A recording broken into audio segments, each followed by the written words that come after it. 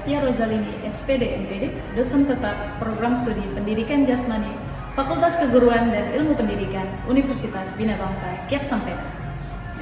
Pada kesempatan kali ini, saya akan menyampaikan mata kuliah yang saya ampuh yang sesuai dengan bidang keahlian saya, yaitu mata kuliah pembelajaran bela diri. Mata kuliah ini ditujukan untuk mahasiswa Program Studi Pendidikan Jasmani semester 2 dengan kode mata kuliah MKKD 0403 dengan bobot 3 SKS dan total pertemuan ada 16 pertemuan dengan rincian 14 kali pertemuan materi dan praktek dan 2 kali pertemuan UTS dan UAS. Mata kuliah ini membahas materi tentang ruang lingkup pembelajaran bela diri, teknik dasar bela diri, peraturan pertandingan bela diri, dan strategi pembelajaran mengajar bela diri. Mata kuliah ini bertujuan untuk membekali mahasiswa dengan pemahaman teori dan praktik keterampilan dalam cabang bela diri, khususnya pencaksilat dan karate, di mana sebagai bentuk pendidikan jasmani, pengembangan karakter maupun pertahanan diri. Pada akhir pertemuan mata kuliah ini, mahasiswa juga akan dibekali dengan teknik dan cara bagaimana praktik mengajar dalam pembelajaran bela diri dan menyusun strategi pembelajaran bela diri pada siswa di sekolah yang kemudian dijadikan sebuah buku pembelajaran bela diri serta membuat video pembelajaran bela diri yang kemudian akan diterbitkan dan di-HKI-kan. Capaian pembelajaran mata kuliah atau CPMK yang diharapkan meliputi mahasiswa mampu menguasai teori, konsep, dan model-model pembelajaran bela diri dalam pendidikan jasmani, mahasiswa mampu mempraktekkan serta melatih teknik dasar bela diri, mahasiswa mampu memperagakan teknik dasar dan lanjutan bela diri dengan benar sesuai kaidah gerakan dan keselamatan. Mahasiswa mampu merancang menerapkan strategi pembelajaran bela diri yang efektif dan sesuai dengan peraturan pertandingan. Mahasiswa menunjukkan sikap sportivitas, tanggung jawab, dan pengendalian diri selama proses pembelajaran dan evaluasi bela diri. Proses asesmen atau penilaian yang saya lakukan dalam mata kuliah ini mencakup penilaian kognitif, psikomotor, dan sikap, di mana melalui proses penilaian kuis, tugas individu dan kelompok, serta penilaian sikap dan keterampilan yang sesuai dengan RPS. Selanjutnya, untuk penilaian akhir dilakukan secara sumatif, yaitu UTS dan UAS, dengan model pembelajaran yang diterapkan dalam mata kuliah ini, pembelajaran Project Based Learning dan Case Study, di mana metode pembelajaran yang digunakan demonstrasi dan praktik, cooperative learning, dan metode simulasi.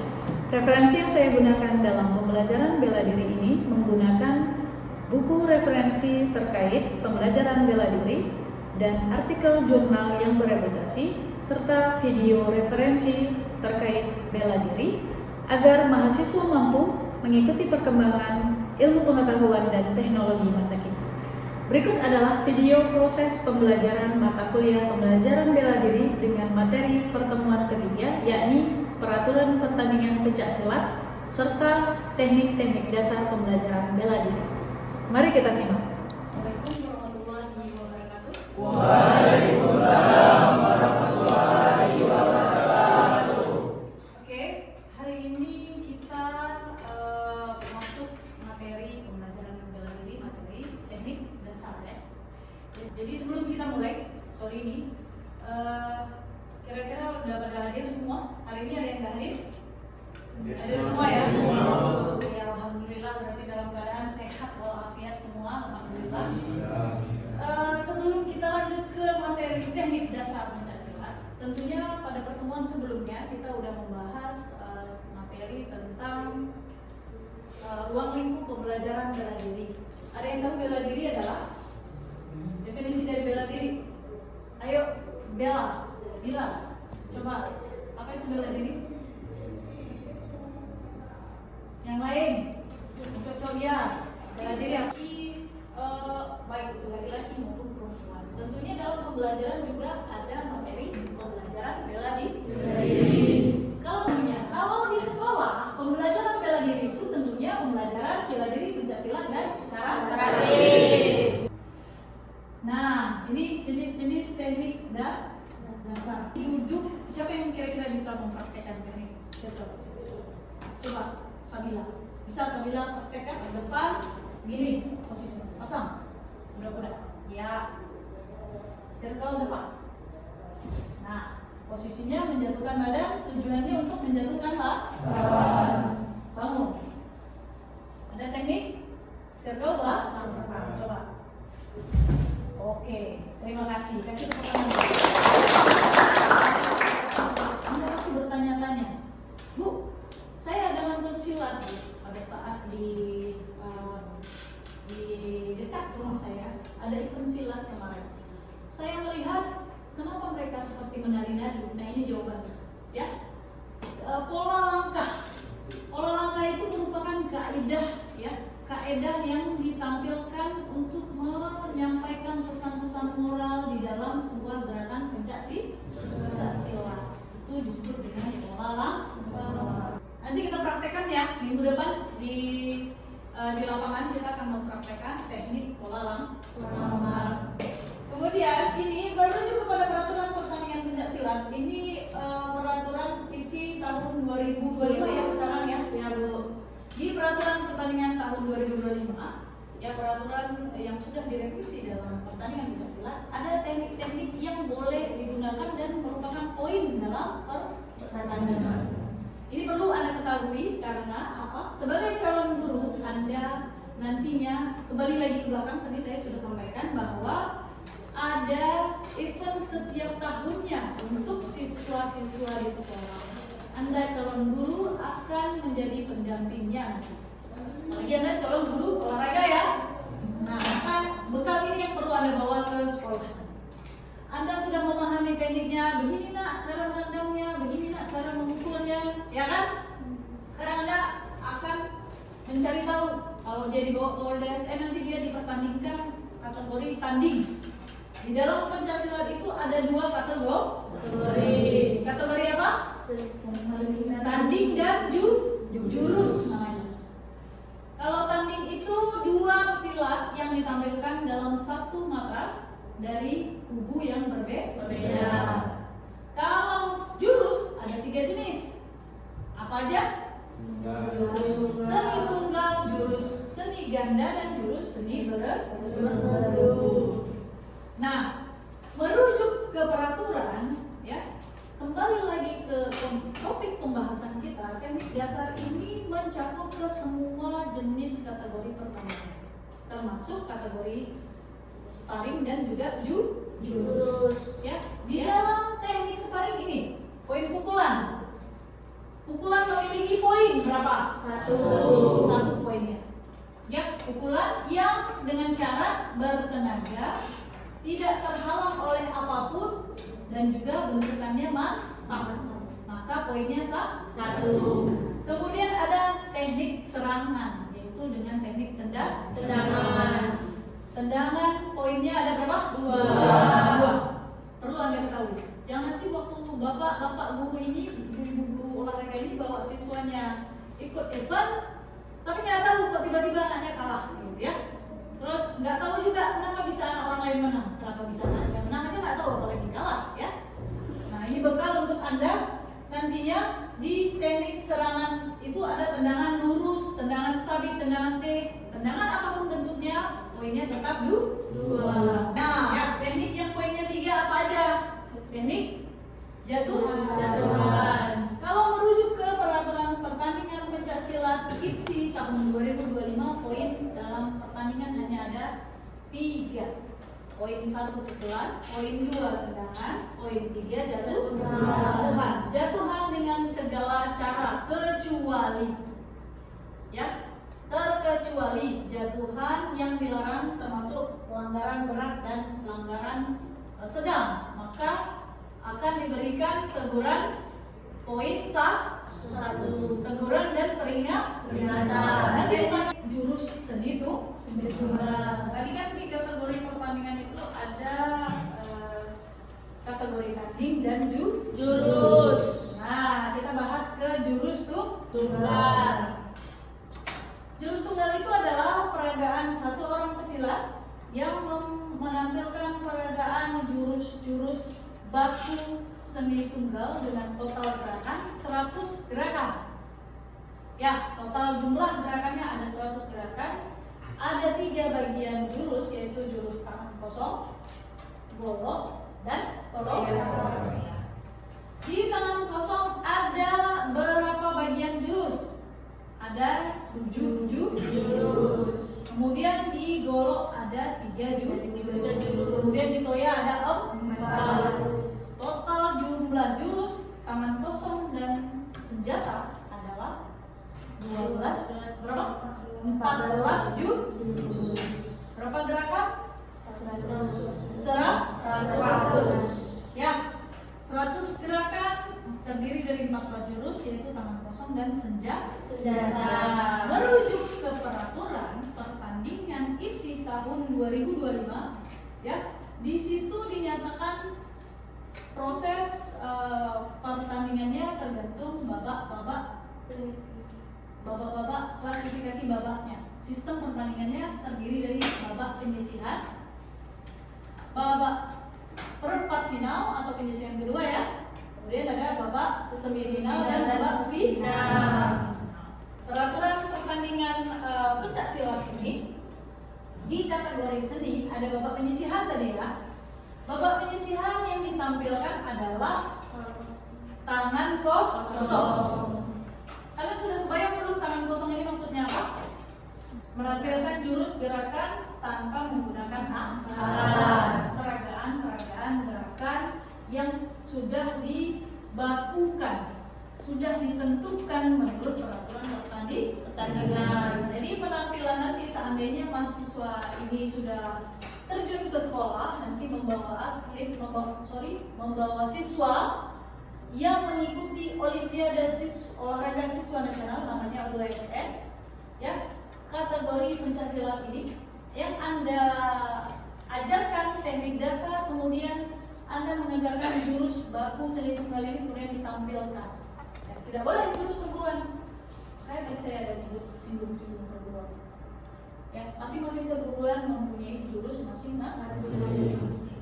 Dan jurus baku tunggal ini untuk berlaku ke seluruh perguruan. Mau SMI kah dia, mau apa suci kah dia, penampilan jurusnya itu sama.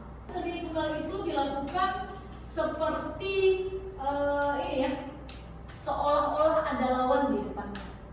Jadi nanti saya tunjukkan video peragaan jurus seni tunggalnya dan juga peragaan teknik dasar pencaksilatnya ya.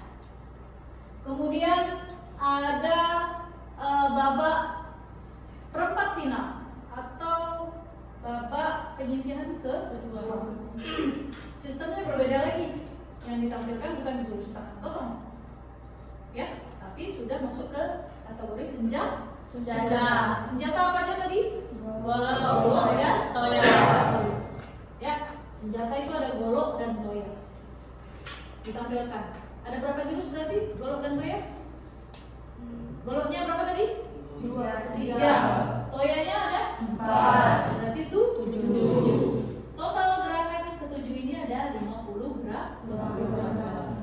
Kemudian lanjut, apabila dia lanjut lolos di babak penyisihan kedua, lanjut ke babak semifinal. Nah, ini unik. Kalau di peraturan terbaru ini kalian harus paham kenapa? Itu tadi bekal ya. Di peraturan 2025, ketika sudah masuk babak semifinal, maka pesilat itu melakukan undian. Pesilat yang lolos masuk ke babak semifinal melakukan undian, atau bahasa kita boleh shoot antara pesilat sudut merah dan sudut biru. Shoot, yang siapa yang menang dia menentukan mau tampil jurus tangan kosong atau jurus senjata. Kira sudah terbayang teman-teman? Sudah terbayang? Sudah. Jadi kita buka ke video ya. Tapi kalau mau mainin, kita lihat. Nah, yang sini. Karena gitu ya. Indonesia. Karena mematikan. Nah, ini kita cara masuk belakang nih. Program masih lama ya. Nah, ini tadi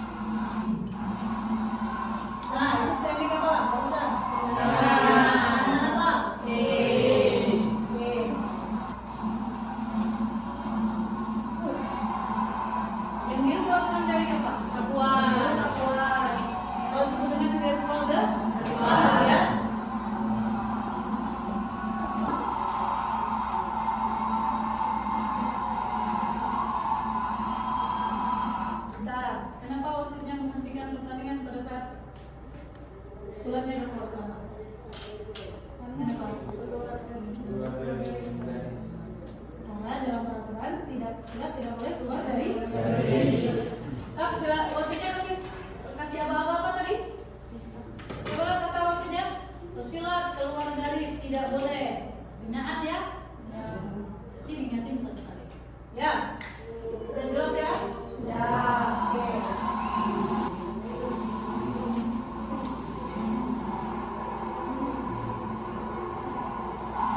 Nah, dari sini tuh banyak gerakannya. Berapa poin untuk sudut merah? Hah?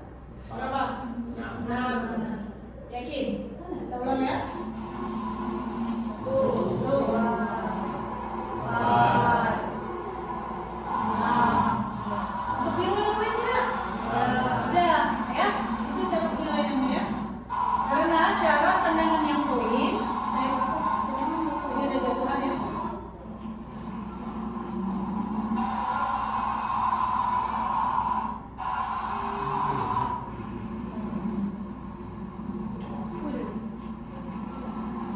Dari berapa? 5. Berapa poinnya? 3 lah. Ya, ini sinyal dari wasit harganya. Jelas, jangan salah sudut. Merah. Maju. Lagi berapa? 3. Sudah tunggal? Ini kenapa jurinya maju? Apa kasusnya? Kita lihat ya. Kita lihat. Wasitnya bilang kayak apa tadi? Jatuhannya dibatalkan. Maka coach mengangkat kartu dan meminta verifikasi. Inilah kejadian. Menurut Anda, itu jatuhnya sah atau tidak? Ya. Sah. Kita lihat votingnya ya. Kalau peraturan lama juri di voting, kalau sekarang verifikasi jurinya bukan voting ya, langsung dari tempat duduknya diverifikasi jatuhnya sah atau tidak. Jadi voting dari ke 5 juri. Kita lihat hasilnya.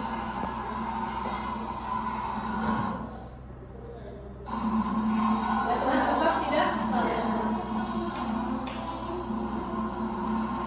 Tapi pada saat melakukan serangan,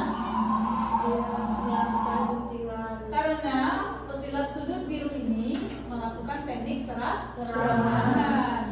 Ya, dia melakukan proses teknik serangan, jadi dianggap bukan jatuh, tetapi dia sedang proses serangan.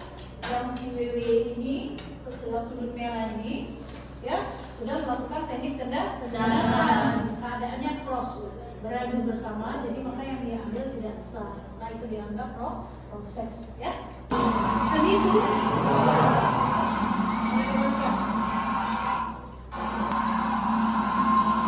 Ini apa kategori apa? Mangkok. Belum apa? Tangan kosong ya. Ingat, ini jalur tangan kosong. Itu gerakan akhir tangan kosong. Sekarang masuk ke senja. Ini final ya, tapi ini final ya.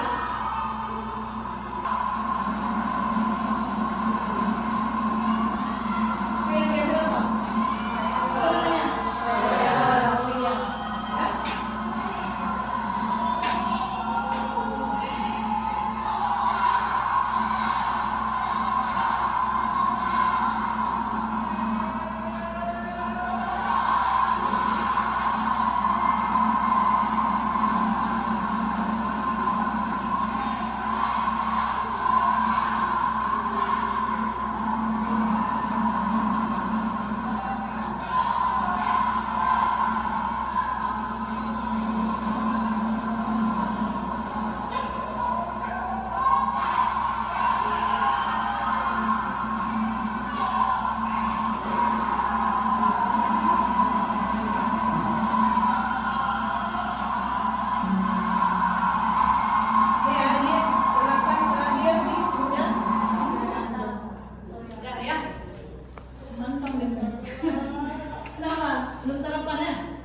iya.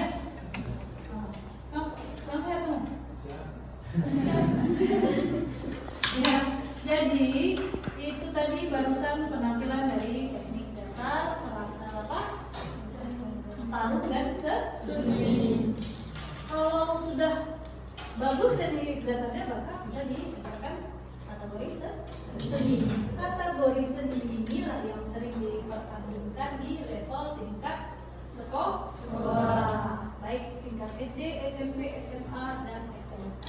Nanti dalam beberapa waktu ke depan, sekitar minggu depan, kalian udah pernah ngomong belum? Udah pernah ngomong belum? Belum. Nah, kalau belum, nanti boleh nonton. Ada O2SM tingkat SMA atau SMK se-provinsi. Nah, di situ kalian belajar, ya, melihat jurus ini. Nanti minggu depan kita akan lanjut ke praktek. Sebelum kita lanjut praktek, saya punya kuis. Siapa cepat, dia yang mendapat poin kuis. Siap-siap ya, saya siapkan pertanyaan kuis ya.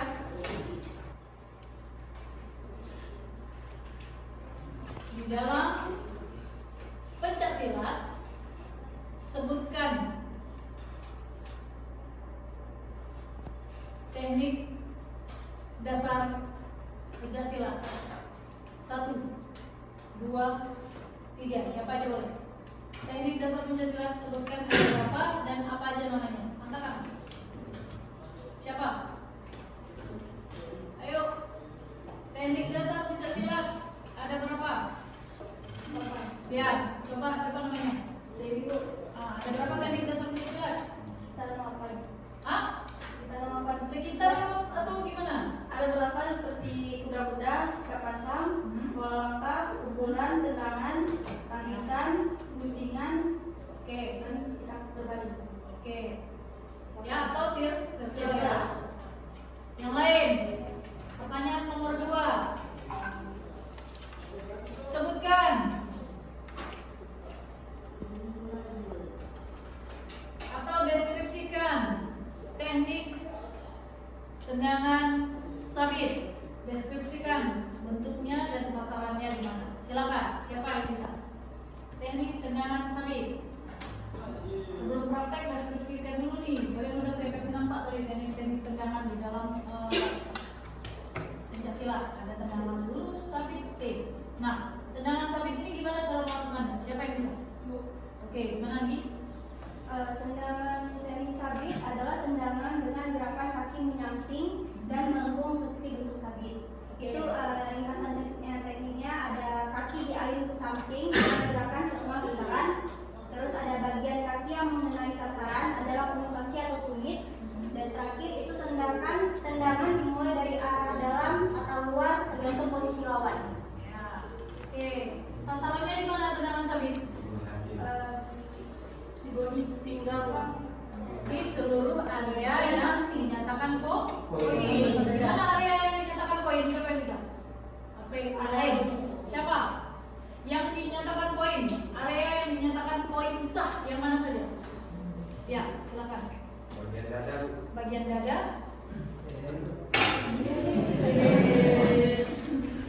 Poin penting tuh, poin masuk praktik. Nah, bagian poin yaitu bagian punggung hingga punggung belakang dan dada. Itu keseluruhan poin. Kalau di lengan kira-kira poin tidak? Enggak. Kenapa? Karena bukan merupakan sasaran. Ya, seandainya ada pesilat sudut merah melakukan tendangan ke arah pesilat sudut biru. Kemudian pesilat sudut biru dengan waktu yang bersamaan melakukan serangan jatuhan seperti guntingan dan sergelat. Maka jatuhan sah atau tidak? Tidak. Buat satu orang. Tidak, dan kenapa alasannya? Karena beradu. Beradu seperti yang tadi. Kalau nggak beradu? Kalau nggak beradu boleh asalkan jatuh dan tidak melakukan tarikan atau apa. Ya, maksudnya adalah karena terjadinya serangan secara bersamaan. Karena pesilat sudut biru melakukan proses serangan. Oke, sekarang masuk ke kategori seni. Siapa cepat dia dapat? Saya catat namanya. Sebutkan ada berapa jumlah total gerakan di dalam jurus seni tunggal. Katakan. Belum jadi orang. Kamu.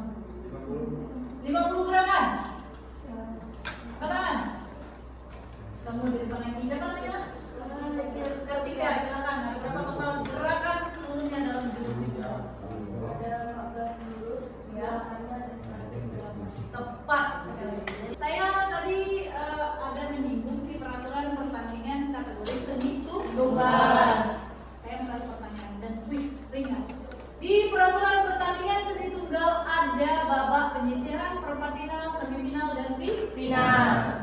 Siapa bisa menyebutkan masing-masing waktu penampilan dari setiap babak tersebut? Tadi saya sudah menceritakan waktu penampilan di babak final berapa menit? 3 menit 0,0.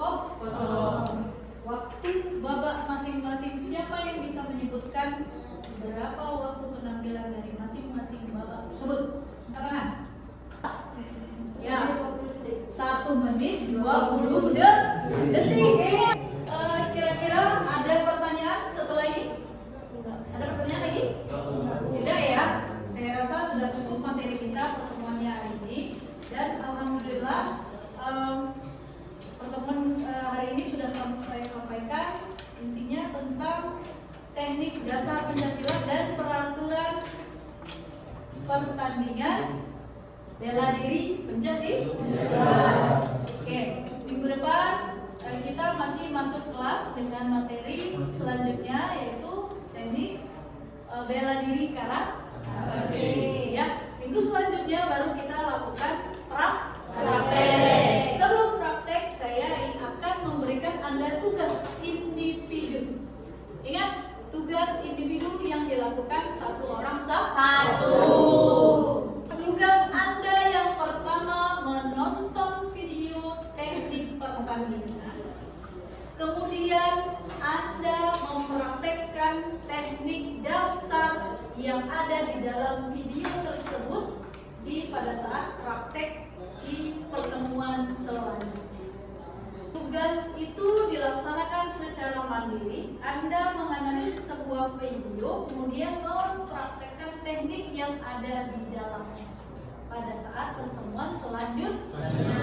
Nantinya deadline tugas Anda 2 minggu dari hari ini. Ya, minggu depan kita masih masuk teori, minggu selanjutnya kita praktek, sudah masuk. Tugas Anda harus sudah selesai. Penilaiannya dinilai dari teknik yang Anda lakukan. Saya uji coba satu-satu. Sudah paham? Sudah. Oke, terima kasih. Tidak ada lagi pertanyaan? Tidak. Ya, alhamdulillah. Tadi kita mulai kelas dengan bismillah. Maka saya akhiri perkuliahan hari ini. Wabillahi taufiq wal hidayah. Assalamualaikum warahmatullahi wabarakatuh. Waalaikumsalam.